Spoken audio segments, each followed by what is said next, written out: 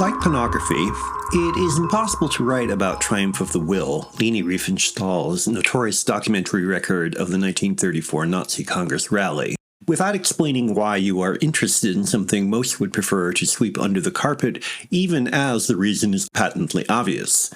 The desire to ignore is understandable, but simply denying the film's power is more short-sighted than wise. Condemn the politics, but first accept Triumph's continued ability to move and the reasons why. It should first be recognized that Triumph is not terribly effective as an explicit statement of Nazi ideas. There are lengthy speeches by Hitler, and shorter ones from many of his minions, but the virulent hatred typical of Nazi ideology is largely absent. For example, a crudely anti-Semitic speaker like Julius Streicher is given short shrift. And all of the speakers, including Hitler, seem more like tense, sweating, visually unappealing clockwork creatures than charismatic leaders. Which does not make the film ideologically innocent, however, because its power derives not from spoken ideas, but unspoken ones implicit in the way things are expressed. Famous for its seemingly endless footage of masked figures marching, Triumph turns hundreds of thousands into moving objects in an architectural composition. This radical objectification reduces men to how good they look in uniform, while in this film directed by a woman, women exist as nothing more than members of a crowd.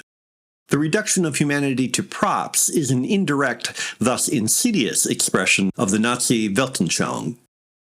Riefenstahl claimed she did not want to make the film, and was persuaded to do so by Hitler personally.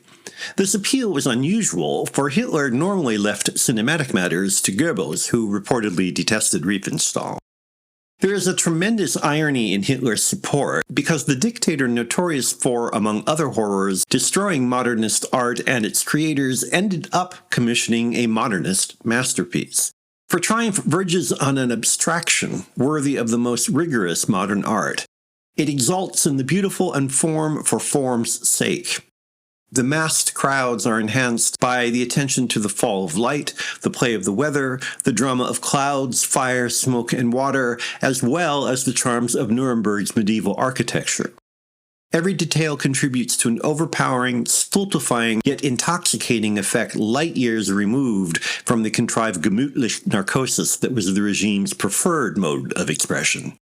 Despite the contradiction between anti-modern attitudes and modernist execution, or perhaps because of it, Triumph is, indeed, paradigmatic Nazi art.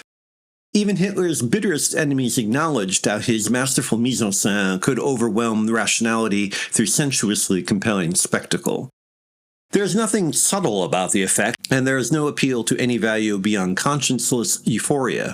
It was the catastrophic accomplishment of a work like Triumph of the Will to prove one can overwhelm all reservation by appealing and surrendering to the basest instincts.